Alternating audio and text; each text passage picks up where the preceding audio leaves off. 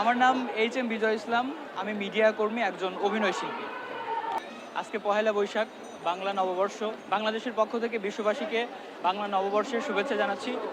আজকে আমি ফিলিস্তিনের পোশাক পরিধান করেছি, কারণ আমি আমাদের আজকের আনন্দের দিনেও ফিলিস্তিনকে স্মরণ করছি, ফিলিস্তিনকে সমর্থন করছি।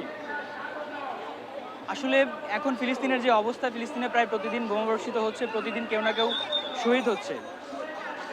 সেই হিসাবে আমাদের আনন্দের, কষ্টের প্রত্যেকটা দিন ফিলিস্তিনকে স্মরণ করা উচিত, ফিলিস্তিনকে সমর্থন করা উচিত, ফিলিস্তিনের পাশে থাকা উচিত। আজকে এত মানুষের ভিড়ের মধ্যে, এত আয়োজনের মধ্যে আমি আমার ব্যক্তিগত উদ্যোগে ফিলিস্তিনকে সমর্থন করছি এবং ফিলিস্তিনকে স্মরণ করছি। আমি চাই ফিলিস্তিনে যেন আর কোনো আগ্রাসন চালানো না হয়, ফিলিস্তিনে যেন আর একটাও বোমাবর্ষিত না হয়, ফিলিস্তিনে যেন আর একজন ভাই বোনকেও শহীদ না করা হয়।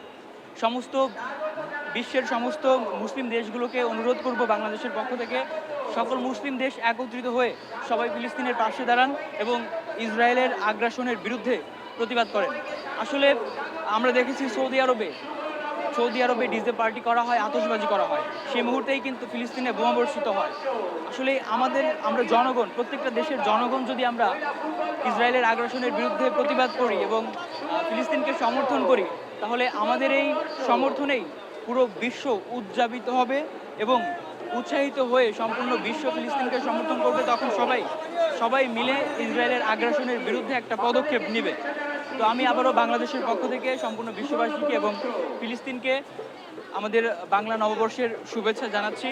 আমরা চাই ফিলিস্তিন একটি স্বাধীন রাষ্ট্র হিসাবে ঘোষিত হোক, ফিলিস্তিনের মানুষ শান্তিতে থাক, ফিলিস্তিন রাষ্ট্রটা আবার আগের মতো সুন্দর হয়ে গড়ে উঠুক এবং আগ্রাসন সম্পূর্ণরূপে বন্ধ হোক। ফিলিস্তিনের যে ভূমি পূর্বে ছিল, সেই ভূমি ফিলিস্তিন আবার ফিরে পাক। বিশ্ববাসীকে নববর্ষের শুভেচ্ছা জানাচ্ছি।